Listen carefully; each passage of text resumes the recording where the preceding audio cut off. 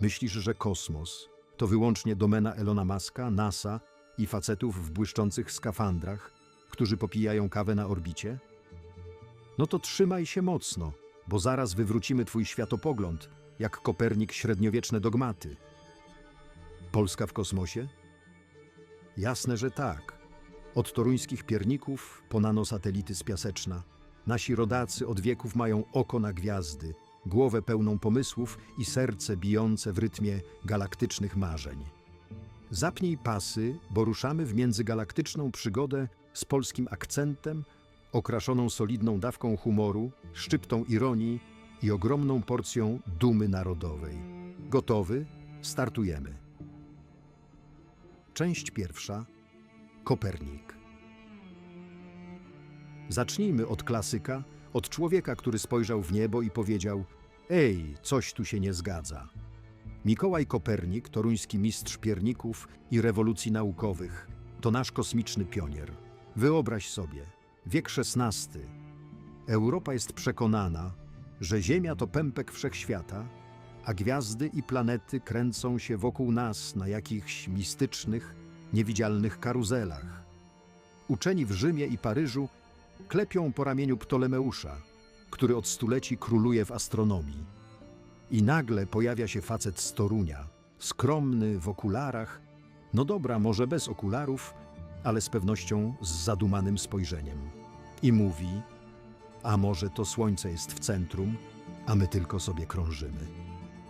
Bum. Kosmiczny stolik przewrócony, a talerze z dogmatami rozbite na drobne kawałki. Kopernik nie był influencerem z Instagrama, chwalącym się teleskopem w stories, ani publikującym selfies z podpisem „Patrzę na gwiazdy”. Był człowiekiem renesansu pełną gębą, lekarzem, ekonomistą, duchownym, a nawet administratorem warmińskich zamków. W wolnych chwilach, zamiast scrollować średniowieczne odpowiedniki memów, czyli pewnie manuskrypty z żartami o rycerzach i smokach, wpatrywał się w niebo przez prowizoryczne instrumenty i skrupulatnie notował ruchy planet. Wyobraź sobie, jak w swojej toruńskiej izbie, przy migoczącym świetle świecy, zapisuje obliczenia, które zmienią świat. Wynik? O obrotach sfer niebieskich. Książka, która była jak granat wrzucony w spokojne wody ówczesnej nauki. Reakcja? Cóż, powiedzmy, że uczeni w Rzymie nie rzucili się od razu, by lajkować jego teorię. Jak to? Ziemia nie jest centrum wszechświata? To co, jesteśmy tylko jedną z planet robiących kółka wokół Słońca? Pytali, drapiąc się po tonsurach i nerwowo wertując Pisma Święte. Kopernik musiał zmagać się z krytyką, sceptycyzmem, a nawet groźbą oskarżeń o herezję. Ale jego dzieło, choć opublikowane dopiero pod koniec jego życia, stało się fundamentem naukowej rewolucji. Dzięki niemu Galileusz mógł spojrzeć przez teleskop, Newton sformułować prawa grawitacji, a my dziś mamy GPS w telefonie, satelity i marzenia o kolonii na Marsie. Serio, bez Kopernika twój smartfon mógłby cię prowadzić prosto w pole kapusty zamiast do celu. Toruń, rok 1543. Kopernik odchodzi, nie doczekawszy się lajków, followersów, ani nawet porządnego pomnika za życia. Ale zostawia po sobie spuściznę, która zmienia świat na zawsze. Więc kiedy spojrzysz w niebo, pomyśl o tym skromnym facecie, który jako pierwszy ogarnął, że nie jesteśmy pępkiem wszechświata i to wszystko z miasta, które bardziej kojarzy się z piernikami niż z kosmicznymi rewolucjami. A propos, czy wiesz, że w Toruniu jest planetarium jego imienia? Warto odwiedzić, choć nie podają tam pierników w kształcie planet. Część druga. Rakiety z Wrocławia. Przeskakujemy kilka wieków do przodu. Witaj w swingujących latach 60. i 70. XX wieku. Świat szaleje na punkcie kosmosu. Amerykanie lądują na Księżycu, Rosjanie wysyłają Sputnika, a w telewizorach czarno-białe obrazki astronautów zastępują operetki. A Polska? Polska nie siedzi z założonymi rękami, choć w sklepach brakuje cukru, a kolejki po mięso są dłuższe niż orbita Księżyca. W laboratoriach Wrocławia, Warszawy i Krakowa powstają projekty, które dowodzą, że nasi naukowcy mają kosmiczne ambicje i nie boją się marzyć o gwiazdach. Weźmy na przykład rakiety meteorologiczne Meteor. Nie były to błyszczące machiny rodem z Hollywood, które zabierają astronautów na randki z gwiazdami. To były skromne, ale ambitne pociski, które wznosiły się na ponad 100 kilometrów nad Ziemię, zbierając dane o atmosferze i promieniowaniu kosmicznym. Wyobraź sobie inżyniera w PRL-owskim fartuchu, który w Wrocław, gdy na ulicach króluje Fiat 115P, montuje urządzenie zdolne przebić się przez chmury i zajrzeć w kosmos. To nie były zabawki, to były nasze bilety do świata nauki o wszechświecie. A w tle tego wszystkiego unosi się duch Stanisława Lema, pisarza, który swoimi fikcjami naukowymi inspirował naukowców do myślenia poza schematami. Jego Solaris, czy opowieści o pilocie Pirksie, to nie tylko świetna lektura, ale też kopalnia pomysłów dla inżynierów marzących o napędach plazmowych, sztucznej inteligencji i komputerach wielkości lodówki. Wyobraź sobie młodego naukowca w laboratorium na Politechnice Warszawskiej, który po całym dniu pracy nad rakietą Meteor wraca do domu, zapala lampkę i otwiera Lema. A może by tak wysłać satelitę, który porozmawia z obcymi? Myśli, popijając herbatę z obowiązkowego szklanego koszyczka. Lem był jak kosmiczny GPS, pokazywał drogę, choć sam nie konstruował rakiet. Nie można też zapomnieć o innych osiągnięciach tamtych lat. Polscy naukowcy budowali detektory promieniowania kosmicznego, które wysyłano w kosmos na radzieckich satelitach. W Krakowie powstawały projekty związane z badaniem ionosfery, a we Wrocławiu testowano prototypy urządzeń, które mogłyby monitorować pogodę z orbity. To wszystko w czasach, gdy zdobycie części zamiennych do maszyny wymagało sprytu godnego MacGyvera.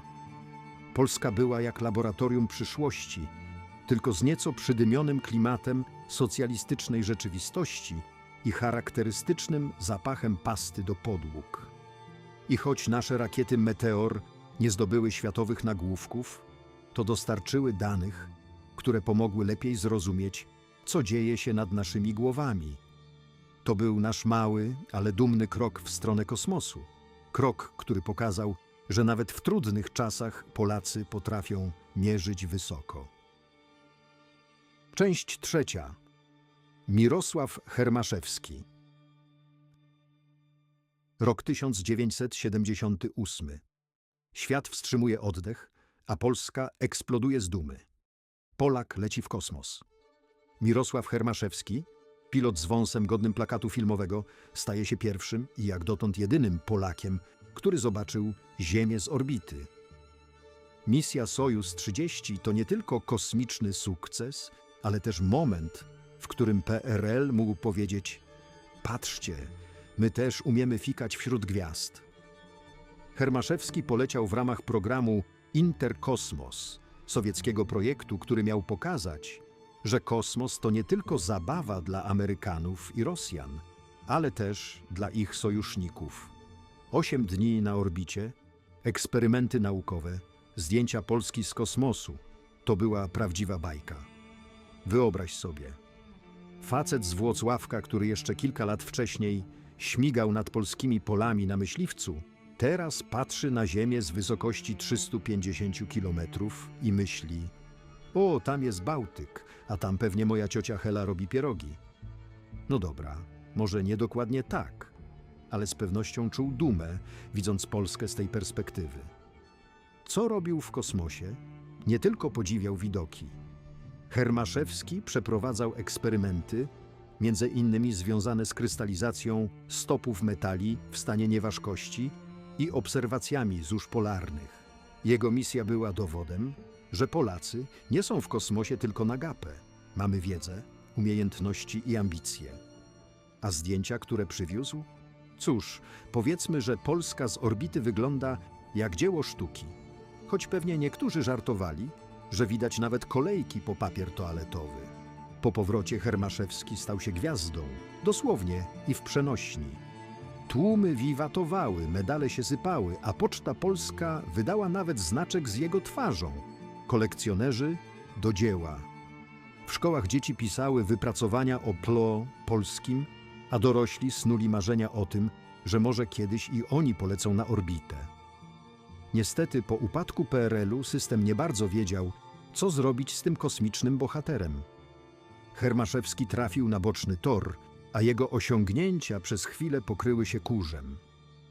Ale dziś wraca do łask i słusznie. Jego nazwisko zdobi krater na Księżycu, co jest nie tylko kosmicznym szpanem, ale też dowodem, że Polska zostawiła swój ślad wśród gwiazd. Warto dodać, że Hermaszewski po misji nie spoczął na laurach.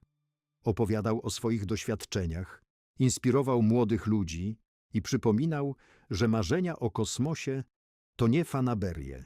Jego historia to dowód, że nawet w szarym PRL-u można było sięgnąć gwiazd.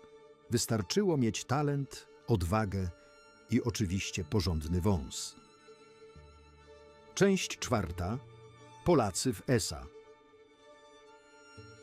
Przesuwamy się do czasów współczesnych.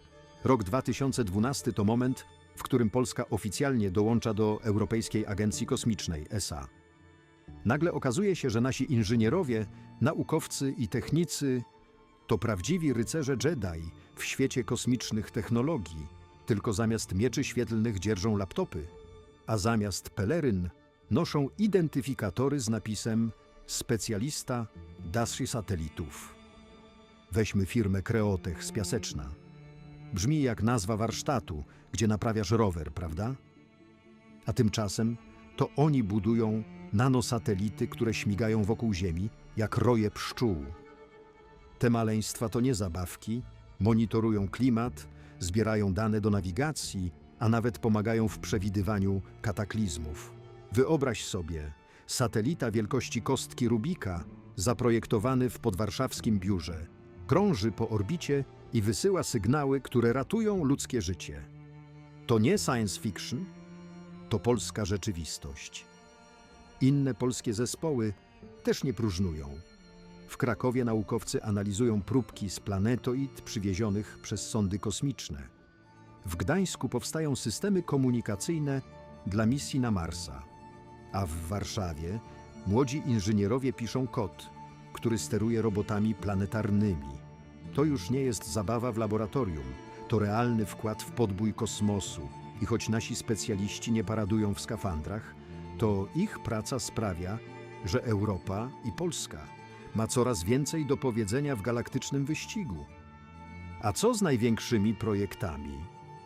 Polacy są częścią misji ESA, takich jak obserwacje Drogi Mlecznej czy planowanie misji na Księżyc Jowisza.